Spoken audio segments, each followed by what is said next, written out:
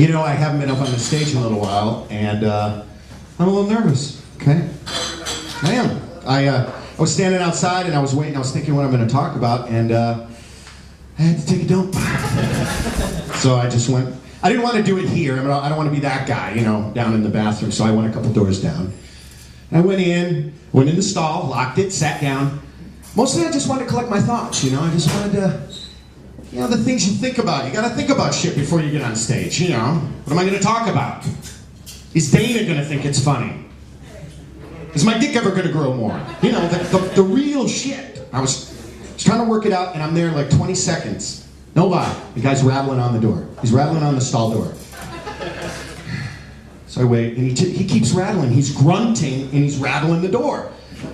I'm like, really? Do I really gotta say, like, it's occupied? It's occupied? Because it's fucking obvious that it's occupied. You know? I don't want to hear my voice in a men's room. I don't like the sound of my voice in a men's room. I know women talk in the men's room all the time, but guys don't do that shit.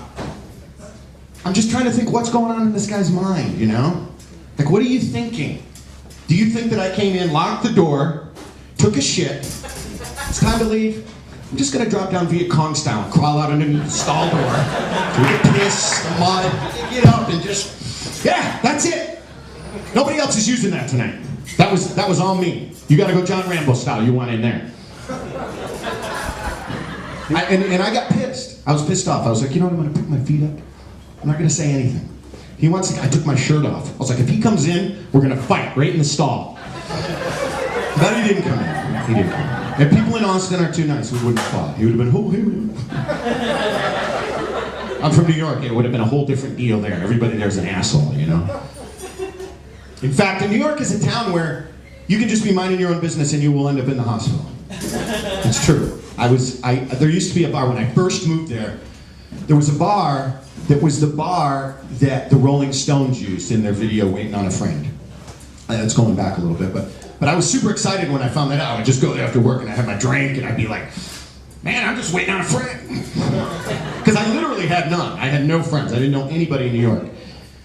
And I was down there one night and there was a girl sitting next to me and a guy next to her. And I didn't know her and I don't think they knew each other. But I was watching them in the mirror, you know, I'm just sitting there having a drink. And this guy's the total New York guy, right? And he's like, you know, he'd be saying something, talking for a second, then he'd lean in to kiss her.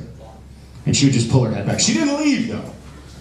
And then he'd just go on, you know, talking again, and he kept doing it. And I thought it was really funny. I'm just watching the guy. And then eventually, he's saying something, and he goes full James Cagney style, grabs her face, and plants one on her. You know, like in the 40s, like, yeah, you're not going to like this, but you're going to learn to like it. You know, he's like, I'm going to make you like this. You will like it. And so she breaks from him and looks at me, and she's like, can you help me out? Can you help me out here? I was like, I didn't get off my bar stool. I just lean over. I'm like, hey man, what do you say you just, he punches me twice in the fucking head before I finish the sentence. I'm serious, I didn't even know it was coming. So we start fighting a little bit, you know, but the bouncer and the bartender, they throw us outside. And so as soon as I get outside, I'm just like, I don't even know this fucking guy. I'm done. I'm just like, yeah, you know, that was kind of weird. I just, 3 more times on the top of my head. I'm like, fuck!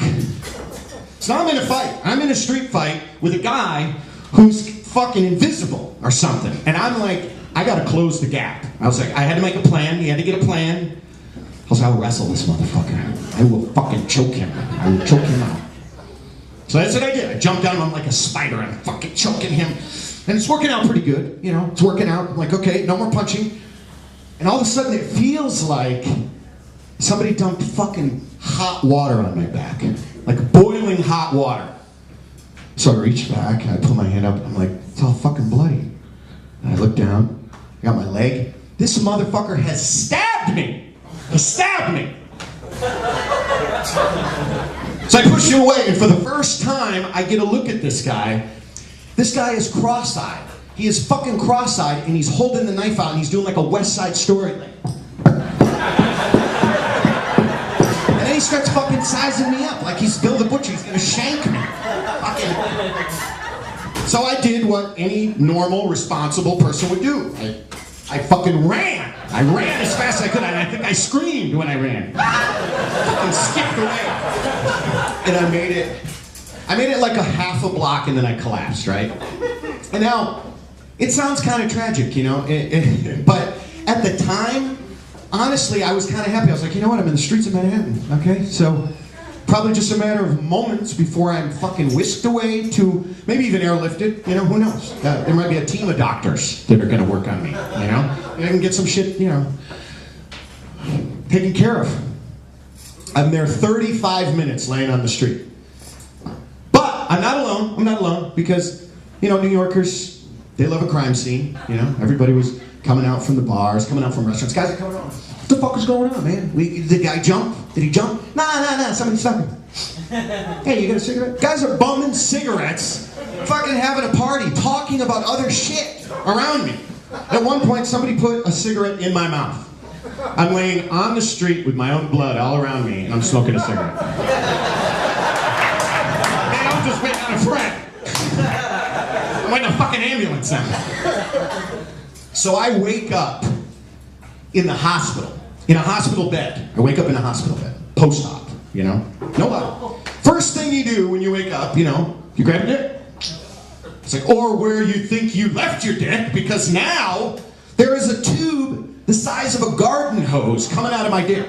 It's taped onto my dick, and it's so big, it's just like, it's a fucking jump rope. It's enormous. So I immediately take the tape off. I gotta get this. It fucking comes out really hard. I get that out. And then my doctor walks in. Oh, Mr. Jones, how are you doing today? He pulls my shirt up and he's like, oh, wow, I got big stitches here. He's like, oh, that's excellent. Who did that? He's got like 8 kids with him. Like 8, like, you know, they're like freshmen in college or something. They're small people though. They're little people. And he's like, oh, who did that? Little kid in the back said, yeah, I did that. That's my work. He said, that's my work. That's what he said.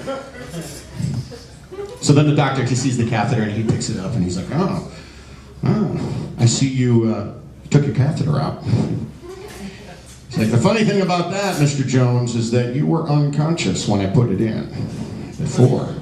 And without a word to them, all these little fucking gremlins have now surrounded me. They've grabbed arms, they've grabbed legs, they are fucking holding me down. Little Stevie Urkel guys on my head, just fucking, it's gonna work out, man, it's gonna be okay. And he has got my dick in one hand, the tube in the other, and it's just fucking mashing it in. It was like a fucking porno Gulliver's Travels. Naked dudes, fucking stitches. Why are you doing this to me? It's gonna be okay, Mr. Jones. It's gonna be okay.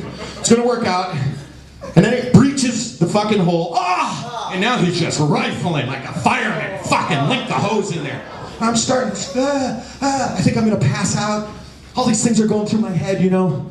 The fuck, why so much? Why so much length? Why are these little people all around me? What did I do? Why am I doing this? And then I get a moment of clarity. I'm like, you know what? I bet it's gonna make my dick bigger. That's all I got, man. Thanks a lot.